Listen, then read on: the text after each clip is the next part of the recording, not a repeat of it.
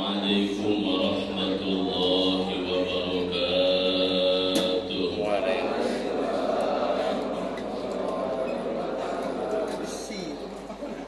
A'udzu billahi minasyaitonir rajim. Bismillahirrahmanirrahim. Alhamdulillah al-qail wa natma'u an yudkhilana rabbuna ma'al qaumis salihin.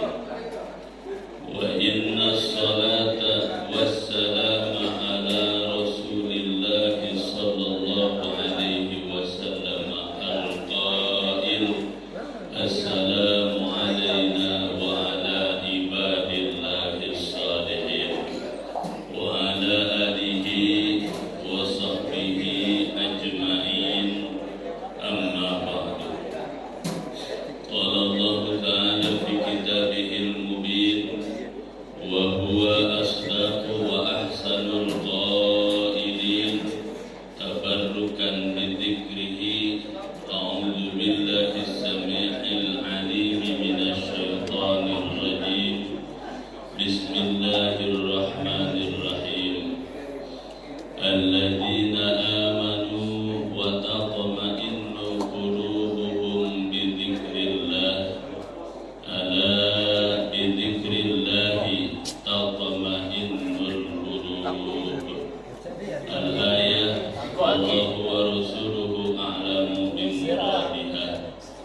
Wa qala an-nabiy sallallahu alaihi wa alihi wa sahbihi wa sallama man yuridillahu bihi khairan yufaqihu fid din. Al-hadis. Wallahu wa rasuluhu a'lamu bi muradihi. Sadatul masyayikh wa ulama'ana al-a'izza wal fudala wal kurama, para alim, para ulama, para kiai, ustaz, ustazah, tokoh-tokoh agama, tuan-tuan guru, guru-guru ngaji, terkhusus seluruh jajaran pengurus Masjid Al-Qahar, Bapak dan Ibu jamaah sekalian, insyaallah kita adalah hamba-hamba Allah yang memperoleh kemuliaan dari Allah Subhanahu wa taala. Amin ya rabbal alamin. Alhamdulillah wa syukru ala ni'amillah.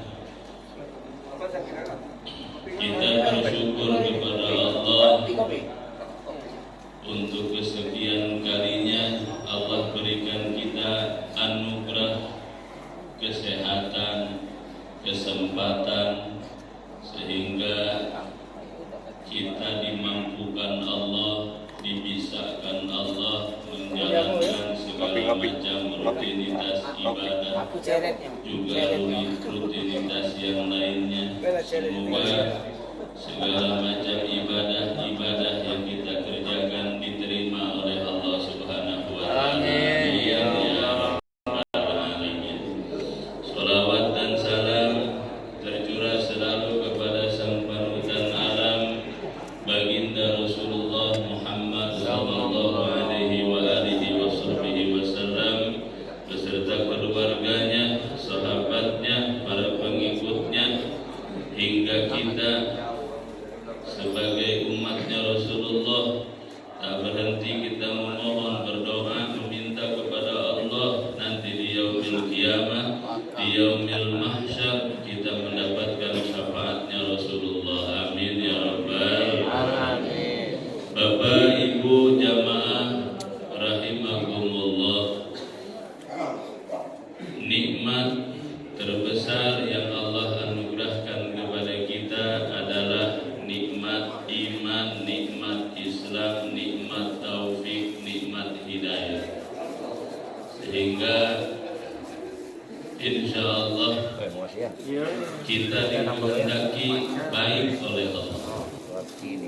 Maka dalam kitab-kitabnya para ulama banyak memakai hadis Nabi di awalnya. May yuridillahu bihi khairan yufaqihu fiddin. Seseorang yang menjadi hidupnya, dunianya, akhiratnya baik, yufaqihu fiddin, maka mereka dijadikan Allah senang memperjuangkan agamanya, senang mensyiarkan agamanya, senang dengan rutinitas ibadah agamanya. Maka kita ini insya Allah termasuk orang yang dikehendaki jadi orang baik. Amin ya Rabbal Amin.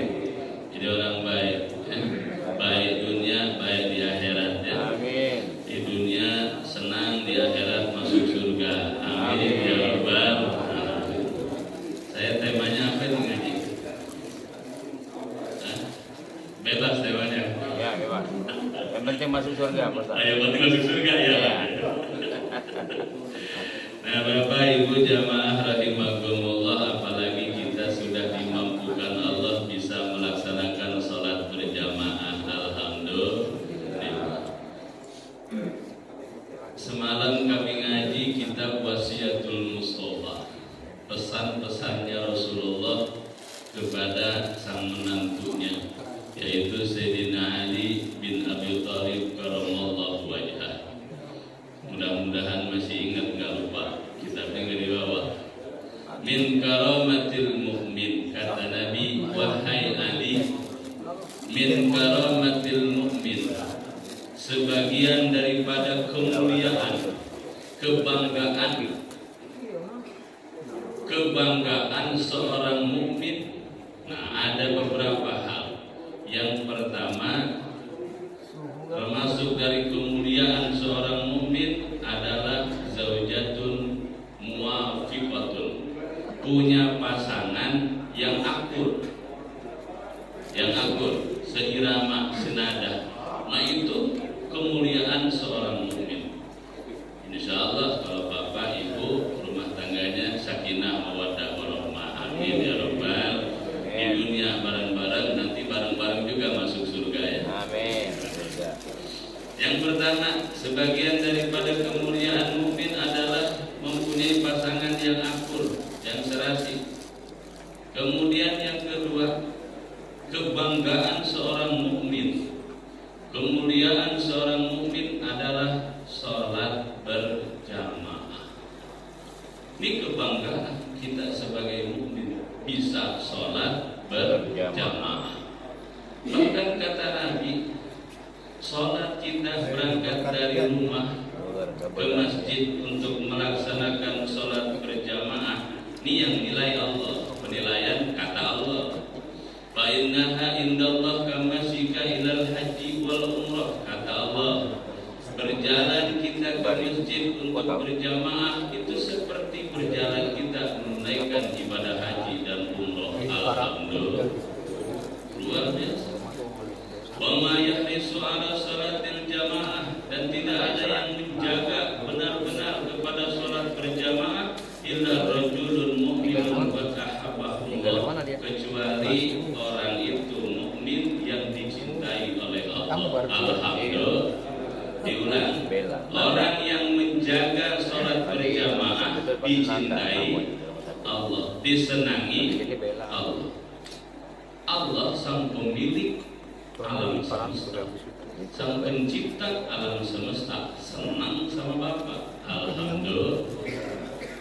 Kemudian wa ma yashhadu biha illa munafiqun qad aghfadahu Allah, dan tidak ada yang tidak suka kepada salat berjamaah kecuali golongan munafik. Nauzubillah min. Maka Bapak Ibu, alhamdulillah mukminnya mukmin yang dicintai Allah. Alhamdulillah. Pertahankan ya. Maka Bapak jamaah rahimakumullah, tuh, sebagian daripada kemuliaan mukmin, satu tadi punya pasangan yang akur. Yang kedua, kebanggaan mukmin adalah salat berjamaah. Yang ketiga, kebanggaan seorang mukmin, seorang muslim adalah punya tetangga wajiranun yuhibbunahu, tetangga itu senang sama dia. Maka dalam Islam ada anjuran untuk akur dengan tetangga, saling menghormati dengan tetangga, karena kebanggaan mukmin muslim punya tetangga yang senang kepada dia. Musim mangga nggak punya pohon mangga, tetangga punya kebahagiaan nggak? Kebahagiaan. Musim duku pohon nggak punya, nanam nggak, makan nggak? Maka itulah kata Nabi, wasiat kepada Sayyidina Ali, kemuliaan seorang mukmin ada 3 tuh. Pasangan yang akur, sholat berjamaah, punya tetangga yang senang kepada dia. Nah, Bapak jamaah rahimahumullah, karena tema saya bebas, jadi kemana-mana ya.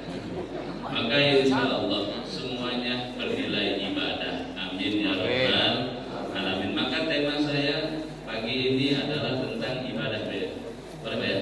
Tentang ibadah. Alhamdulillah kebetulan saya bawa kitab namanya Majalis Saniyah, syarah dari kitab Hadis Arba'in. Bapak jamaah rahimakumullah, ibadah. Ada ayat wa ma khalaqatul jinna wal insa illa liya'budun. Hafal ayatnya? Dan tidaklah aku ciptakan jin dan juga manusia. Jin disebut duluan karena jin penciptaannya diciptakan duluan daripada manusia. Maka jin itu senior kita. Makanya yang namanya lawan senior agak susah menang. Wajar ya, senior. Diciptakannya jin dulu baru manusia. Dan tidaklah Allah ciptakan jin manusia illa liya'budun, kecuali hikmahnya untuk ibadah. Karena penciptaan Allah enggak butuh alasan. Allah menciptakan manusia untuk ibadah? Bukan. Untuk ibadah itu kata kita. Kalau Allah berkehendak, enggak butuh alasan Allah menciptakan manusia, terserah Allah buat apa. Allah menciptakan gunung, menciptakan langit, terserah. Itu hak Allah. Dan alasannya enggak ada alasan bagi kita. Tapi kita bisa mengambil hikmah dari segala macam penciptaan Allah. Termasuk kita diciptakan oleh Allah untuk ibadah, hikmahnya untuk mengerjakan ibadah. Nah, ibadah ini barusan untuk kita ibadah, alhamdulillah. Kata ulama, kita ini hamba, namanya abdun, itu namanya hamba. Kerjaannya hamba, ibadah apa? Menghamba. Bahasa ada lagi abdun tuh abdi. Abdi ya. Kalau ada orang Jawa di Jogja ada namanya abdi dalam. Abdi dalam. Gimana kata raja baik? Ke kanan, ke kiri. Gimana kata raja? Abdi. Kita tuh abdinya Allah. Gimana kata Allah? Gimana maunya Allah? Karena kita nggak punya kekuasaan sedikit pun. Kerjaan kita ibadah. Apa itu ibadah? Mengabdi sepenuh hati, jiwa dan raga kepada Allah Subhanahu wa Ta'ala. Maka ulama tuh ngebagi ibadah tuh, ada yang ibadah sifatnya ritual, ada yang sifatnya sosial. Bahasa Arabnya ada ibadah mahdhah, ada ibadah ghair mahdhah. Bahasa kitanya ada yang ibadah, ya ibadah. Tapi ada lagi satu hal yang bukan ibadah tapi bernilai ibadah. Ada hal yang bukan ibadah tapi bernilai ibadah. Enggak semua mesti ibadah. Ada ibadah, maka ada ibadah ritual, ada ibadah sosial. Ibadah sosial kadang-kadang bukan dari ibadah, tapi bisa bernilai ibadah. Contoh, ada senyum adalah ibadah.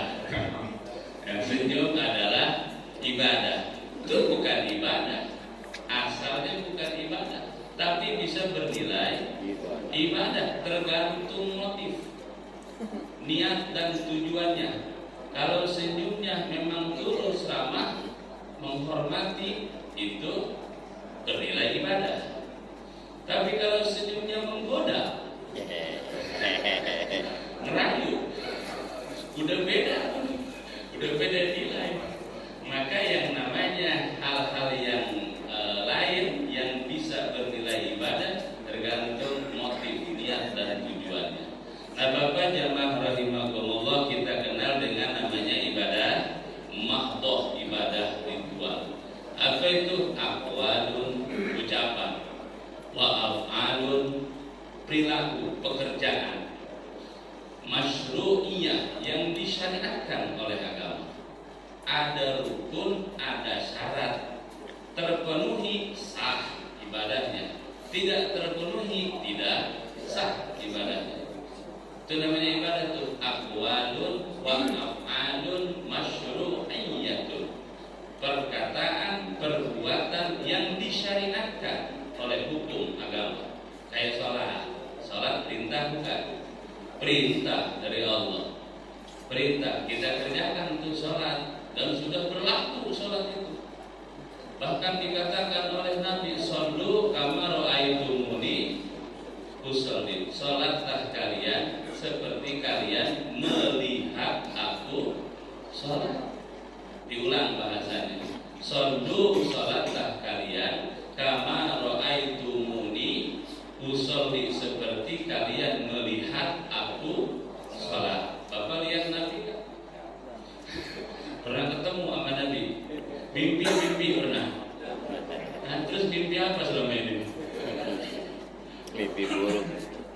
Nah, Bapak jamaah rahimakumullah, maka kita punya yang mutawatir, diriwayatkan sampai kepada kita. Ya seperti inilah.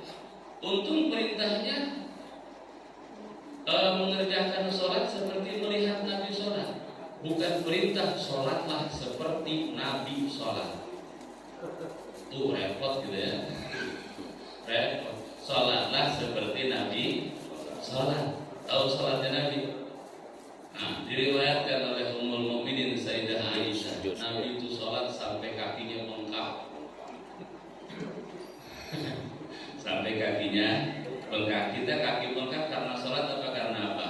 Sandung. Oh, semburan kamu ya. Nabi sholat begitu. Untung perintahnya, masya Allah, luar biasa, sangat murah bagi kita. Karena sayang Allah sama kita, sholatlah seperti melihat Nabi sholat. Alhamdulillah. Itu sholat ibadah ritual. Ibadah ritual. Kemudian ibadah ritual ini dibagi-bagi lagi. Walaupun secara keseluruhan masih nyambung juga. Ada ibadah ritual itu ritual hati. Pertama disebut ibadah qalbiyah, ibadah hati. Nih hati ada ritual ibadahnya. Ibadah hati dibagi dua. Ada ucapan hati, ada pekerjaan hati. Dua tuh, ibadah hati ada dua. Ada ucapan hati, ada pekerjaan hati. Mana ucapan hati? Asyhadu an la ilaha illallah wa asyhadu anna Muhammadar Rasulullah. Tuh ibadah hati mesti ngucap. Lisan mesti ngucap, hati juga mesti ngucap. Tekankan dalam hati tidak ada ilah, tidak ada Tuhan yang wajib disembah dengan sebenarnya kecuali Allah. Ibadah itu, ibadah hati wajib itu, dan itu kita jaga jangan sampai lepas. Amin ya rabbal alamin. Itu ucapan hati. Kemudian ada lagi namanya apa tadi? Pekerjaan hati. Mana pekerjaan hati? Mahabbatullah, seperti cinta kepada Allah, senang ingin selalu dekat dengan Allah, maka hatinya dipenuhi dengan zikrullah. Apalagi itu pekerjaan hati, ar-raja li sawabihi ta'ala, mengharap pahala dari Allah, mengharap rahmatnya Allah, Kemudian apalagi pekerjaan hati, takut akan siksa Allah, itu kerjaan hati. Kerjaan hati. Kemudian mana lagi? Ikhlas. Nah, ikhlas itu juga kerjaan hati, ibadah itu. Ibadah makhluk. Sebab ikhlas ruhnya amal. Ibadah kita itu mati kalau nggak ada ikhlas. Ibadah kita akan hidup jika ada ruhnya, dan ruhnya adalah ikhlas. Ibadahnya bagus, nggak ikhlas, ada bagusnya baik, tapi nggak hidup. Seperti pohon yang imitasi, ada pohon imitasinya, pohon palsu, bunga palsu dari plastik itu. Indah apa enggak? Indah. Bagus enggak? Bagus, tapi nggak hidup. Cuma dapat hidup doang, cuma dapat indah baik, cuma dapat bagus baik. Maka ikhlas dalam ibadah itu pekerjaan hati, ibadah makhluk itu, ibadah ritual kita. Kemudian apalagi husnuzon, baik sangka, punya prasangka yang baik kepada siapa? Satu, prasangka baik kepada Allah Subhanahu wa Ta'ala, bahwa yang sudah terjadi kehendak Allah, yang sedang terjadi kehendak Allah, yang akan terjadi kehendak Allah, dan apapun yang menimpa kita saat ini adalah yang terbaik dari Allah. Alhamdulillah, apapun itu. Husnuzon sama Allah, ada hikmah di balik semua peristiwa yang menimpa kita. Nah, Bapak jamaah rahimakumullah, itu pekerjaan hati. Maka kita diajarin tuh yang kedua, husnuzon kepada sesama. Husnuzon kepada sesama kita. Sultanul Awliya Sayyidi Syekh Abdul Qadir Al-Jilani qaddasallahu sirrahul aziz, ulama tahun 476 Hijriah, senior dari Imam Ghazali. Kalau Imam Ghazali tahun 555 Hijriah, pengarang kitab Ihya Ulumuddin. Tuan Syekh Abdul Qadir Al-Jilani ulama produktif, luar biasa, karangannya banyak. Ada tafsir namanya tafsir Jilani, ada kitab fikih yang sekaligus membahas dua madhab Syafi'i dan Hambali, namanya kitab Al-Bunyah. Banyak hal yang lain. Nasihat-nasihat beliau dimuat oleh murid-murid beliau sehingga jadi buku namanya Fathur Rabbani. Nah, saya baca di kitab Fathur Rabbani nasihat Tuan Syekh Abdul Qadir Jilani untuk menjaga husnuzon kepada sesama. Biar husnuzon agar hubungan kita dengan sesama itu tetap baik. Husnuzon, baik sangka terus. Ya, kalau ngelihat orang itu terhormat punya kedudukan, ya dihormati, datangnya orang berdiri, tempat duduknya disiapin. Nah, terhormat tuh secara kedudukan, punya jabatan, berarti ya pejabat ya.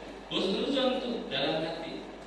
Kata Syekh Abdul Qadir Jilani, bilang ke hati kita, ini orang di dunia saja sudah dimuliakan, mungkin di akhirat pun dimuliakan oleh Allah. Mau begitu? Jangan ngomong enggak. Kita kadang-kadang yang enggak kan. Nah, kalau nemu orang yang lebih tua dari kita, tanamkan dalam hati, kata Syekh Abdul Qadir. Apa tanamkan dalam hati kita? Nih orang umurnya udah tua, berarti amalnya lebih banyak. Amalnya lebih banyak, walaupun kenyataannya masing-masing. Nah, itu cara kita husnuzon tuh. Jika kita nemu anak kecil, usianya jauh di bawah kita, apa kita bilang? Nih bocah, nih anak belum berdosa, belum punya dosa, sedangkan kita setua ini, masya Allah. Jika nemu orang, mana orang apa lagi itu? Orang alim, orang terhormat, orang dewasa, anak kecil, nemu ulama, ketemu dengan ulama, apa kita bilang? Ya Allah, ini orang engkau anugerahkan ilmu yang saya tidak sampai, yang saya tidak sampai, maka semoga saya bisa mengambil manfaat darinya. Nah begitu husnuzonnya. Kemudian jika kita ketemu sama orang bodoh, kata kita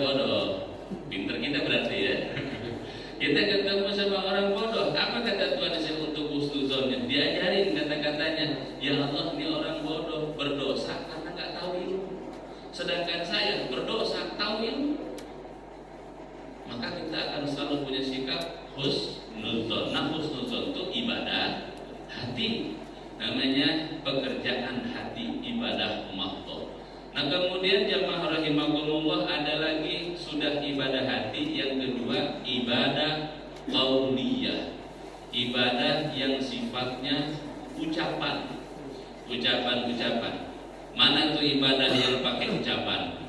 Baca Quran, ibadah enggak? Ibadah, alhamdulillah. Masih ngaji Quran di sini ya?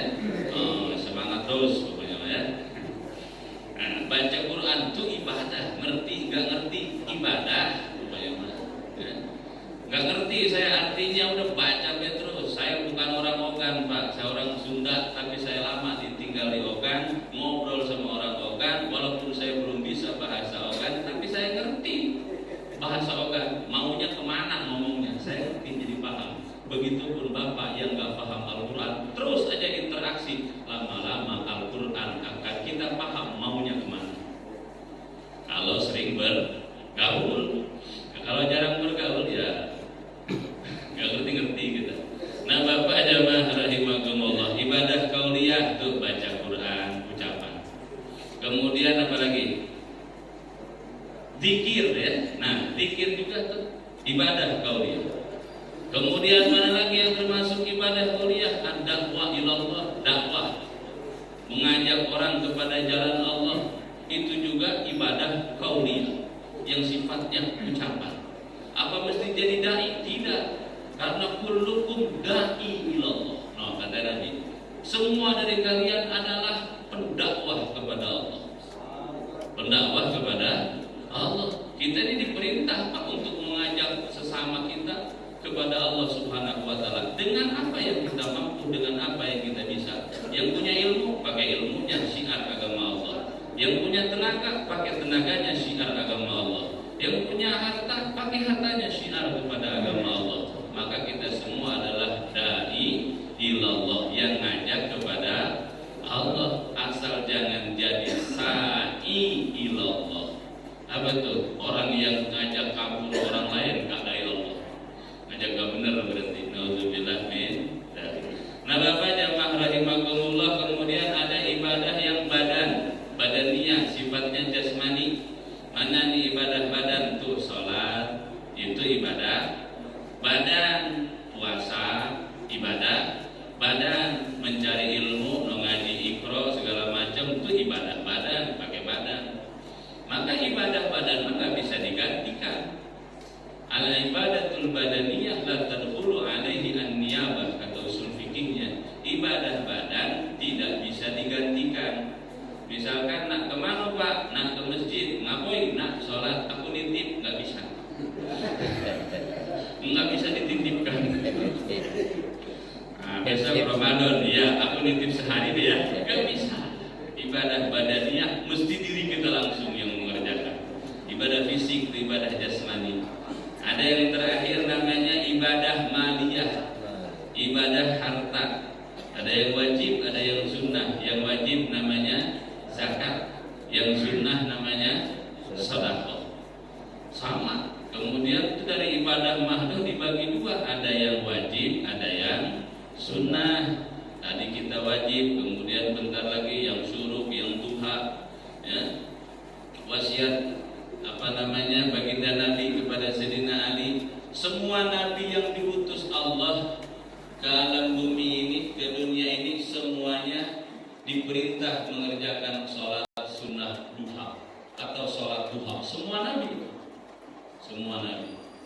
Maka kita insya Allah sampai waktu duha dikasih mau mengerjakan sholat duha.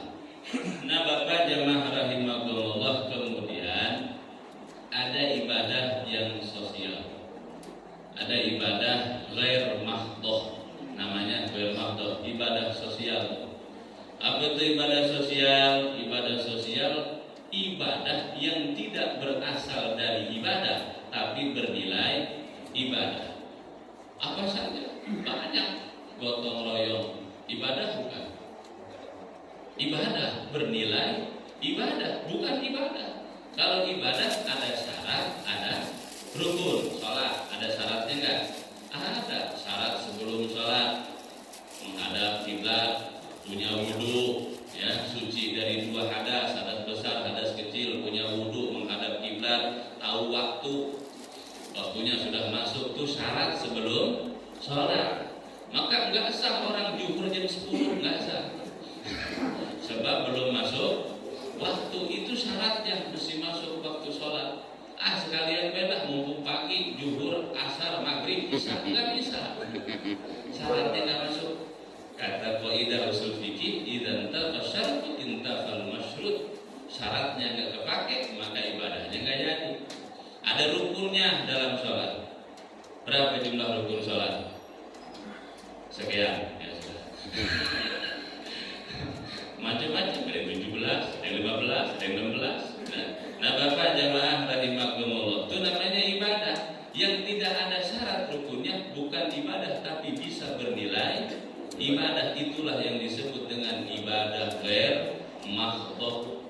Bapak duduk ngaji ibadah, alhamdulillah. Nih duduk ngaji begini, dihapus segala dosa. Enggak ada yang amin. Padahal yang amin. Nih ngaji duduk nih, dosa hilang. Amin. Dosanya dikit kali, aminnya kecil. Nah, Bapak jamaah rahimakumullah. Kemudian baca.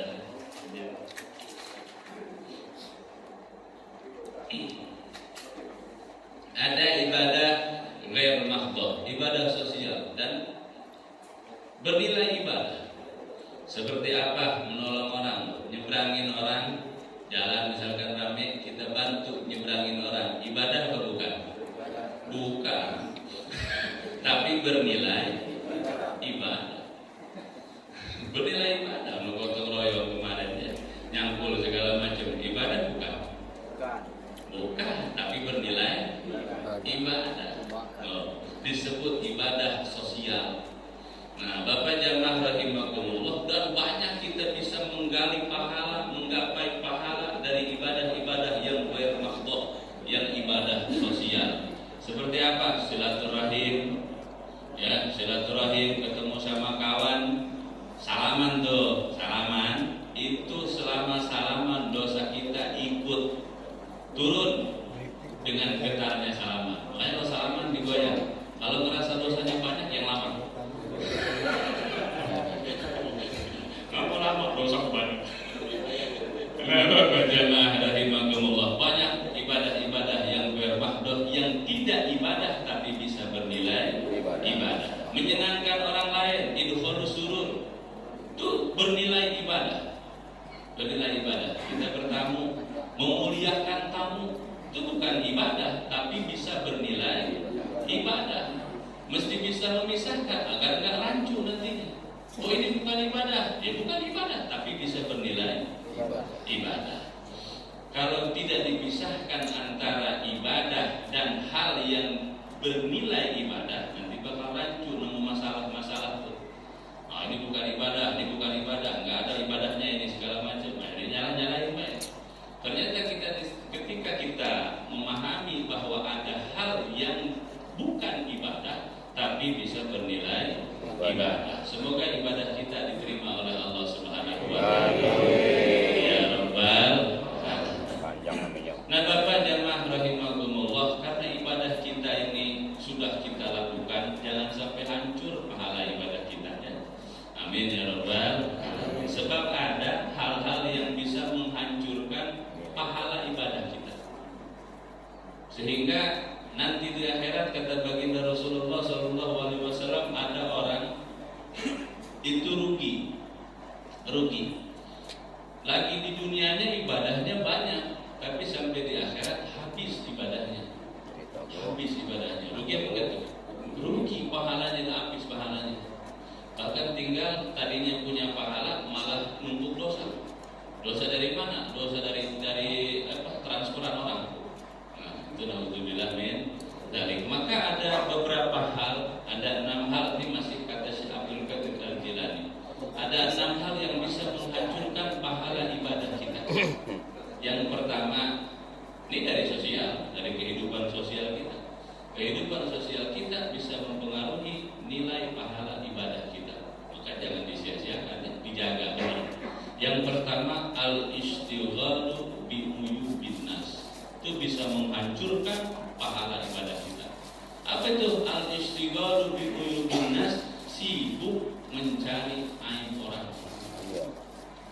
Alhamdulillah ben. Aib orang dikorek-korek. Punya aib cuma semeter, dia korek jadi 10 meter. Nah, itu bisa ngancurin pahala ibadah kita. Dapat capek orang ibadah. Alhamdulillah men. Jadi ngaji setengah jam, sejam ngaji, ngomongin orangnya 2 jam. 2 jam. Jangan sampai sia-sia. Al-istighfaru bi uyubin nas, sibuk dengan aib orang. Maka orang yang terbaik itu kata Nabi bukan orang yang sibuk mencari aib orang lain, tapi sibuk mencari aibnya sendiri. Dan kita punya nikmat yang luar biasa, Pak. Kenapa Allah tutup aib kita? Benar nggak? Nih, andaikan aib saya dibuka depan Bapak, nggak sudi jamaah sini manggil saya untuk tausiah. Benar? Andai Allah buka aib saya, tapi Allah tutup. Juga sebaliknya, kalau Allah buka aib Bapak Ibu, saya juga gak mau datang. Nah, kita punya nikmat besar ditutup aib. Maka ajaran Islam menutup aib sesamanya. Ini yang diajarkan oleh baginda Rasul. Saya cerita sedikit. Ada ahli tasawuf, pimpinan ahli tasawuf. Dulu santri Nabi, ahli sufah namanya. Kesininya jadi tasawuf. Namanya Abu Hurairah. Kenal? Ya. Kenal ya? Kenal mana? Tapi tahu ya, sering dengar. Tiap Jumat dengar. Itu Abu Hurairah, santrinya Nabi. Ya. Terakhir belajarnya, tapi paling tekun sehingga banyak meriwayatkan hadis. Ini Abu Hurairah, pemimpinnya tuh, sama kawan-kawannya tinggal di masjid. Rumah Nabi, dia di samping rumah Nabi itu, tinggal di situ. Mereka enggak begawe makannya, gimana makan Nabi? Makannya Nabi, mereka makan. Kalau dikasih sama Nabi, Nabi makan, mereka makan. Seperti itulah. Satu ketika dari pagi belum makan, Nabi enggak ngajak-ngajak makan. Sampai siang, mau jumur kali, belum ngajak aja Nabi makan. Sehingga mereka, aduh udah lapar ini kan, nggak ada yang dimakan. Sampai asar, mungkin asar, makan sore sekalian. Ternyata belum juga Nabi ngajak makan. Sampai maghrib belum makan. Dan sholat maghrib dalam keadaan lapar. Sudah sholat maghrib, zikir segala macam. Ada sahabat Nabi, ya Rasul, saya punya nikmat, saya ingin bersyukur. Terus maka saya bikin nasi kebuli. Dagingnya daging onta. Bawa sini, dibawa. Sudah mendekati waktu Isya. Hidang, kata Abu Hurairah dan kawan-kawan santri yang lain, santri Nabi. Jadi kita makan. Alhamdulillah. Sudah dihidang, karena santrinya Nabi banyak, dihidangin itu butuh waktu. Ada, saya bilang. Sudah dihidangkan, ada. Saya bilang, apa kata yang lain tuh? Dalam pikirannya masing-masing, bahkan ada yang saling bisik-bisik, udah mau makan, ada lagi. Terus apa kata Nabi? Nih, Nabi menutupi aib sahabatnya. Idza ja'al isya atau idza qadimal isya wal asya. Idza ja'a waqtul isya wal asya, qudimal asya 'alal isya. Jika datang waktu isya dan datang makanan, maka duluin makan. Kata Nabi, duluin makan, baru sholat isya. Lebih baik makan ingat sholat daripada sholat ingat makan. Kata sahabat yang udah bisik-bisik tuh, alhamdulillah, jadi kita makan. Di Nabi menutupi aib, luar biasa, toleransinya luar biasa. Nah kemudian udah asik-asik makan, lagi asik makan sahabat semua, sudah asik-asik makan. Mohon maaf, ada yang buang angin tanpa suara. Dan biasanya buang angin tanpa suara itu semerbak mana-mana. Sehingga Diciumlah oleh Abu Hurairah. Nanya Abu Hurairah, nggak sopan, nggak adab, suul adab, buang angin depan Nabi. Nggak sopan. Siapa? Ngaku? Nggak ada yang ngaku, Pak. Ternyata kalau buang angin nggak ngaku bukan baru sekarang, dari dulu sudah. Dari dulu. Dari dulu. Nggak ngaku. Ditanya nggak ada yang ngaku.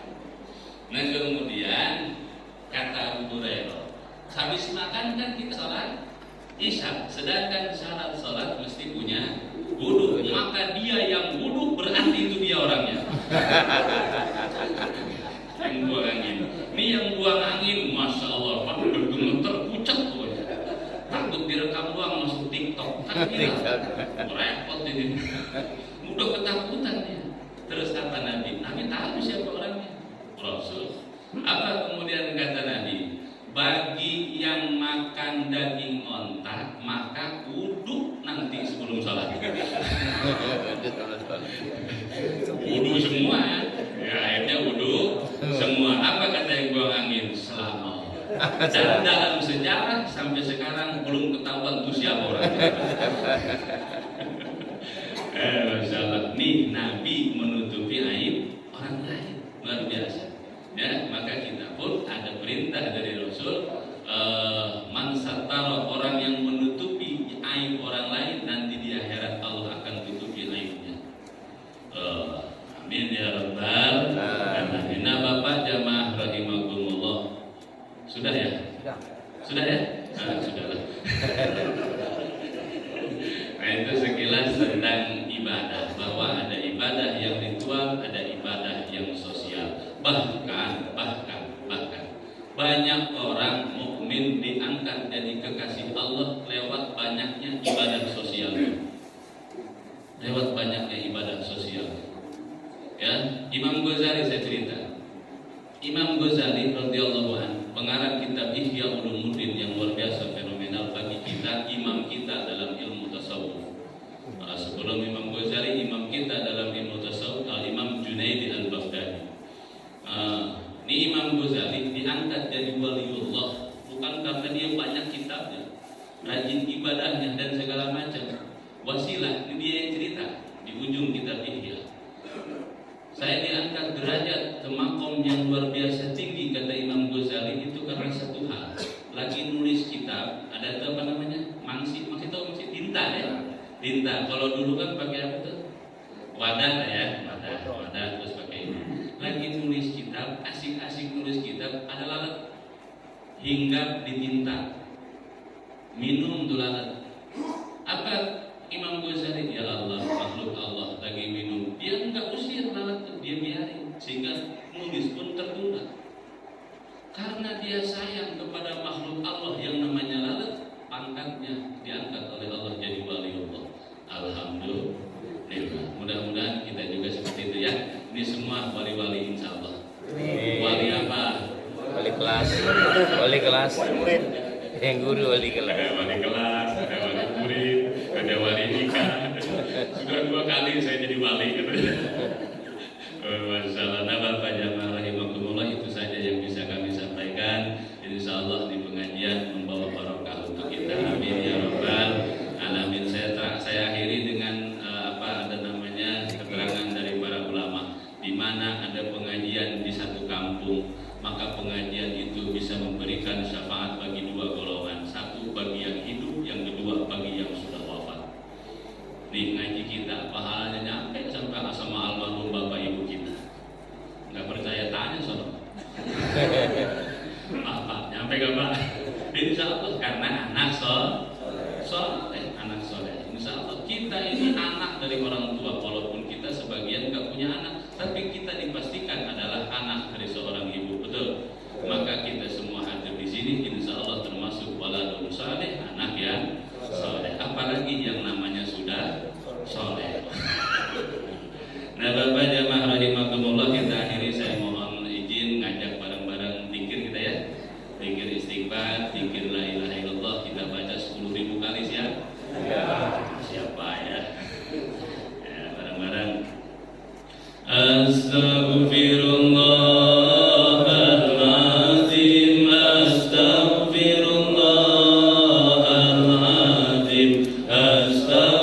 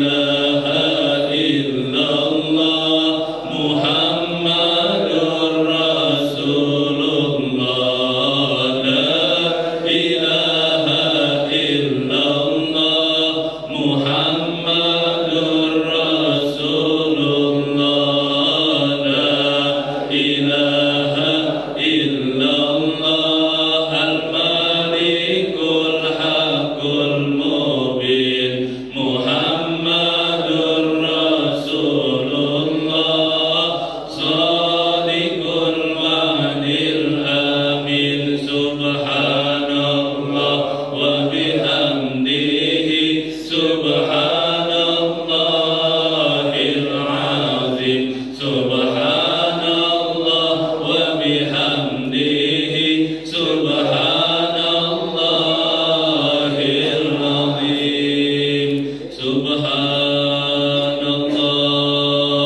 walhamdulillah wa la ilaha illallah wallahu akbar. Subhanallah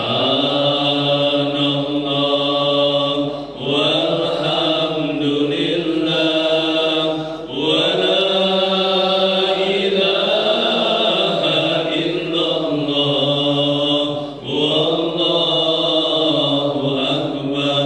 Subhanallah walhamdulillah wa la ilaha illallah wallahu akbar.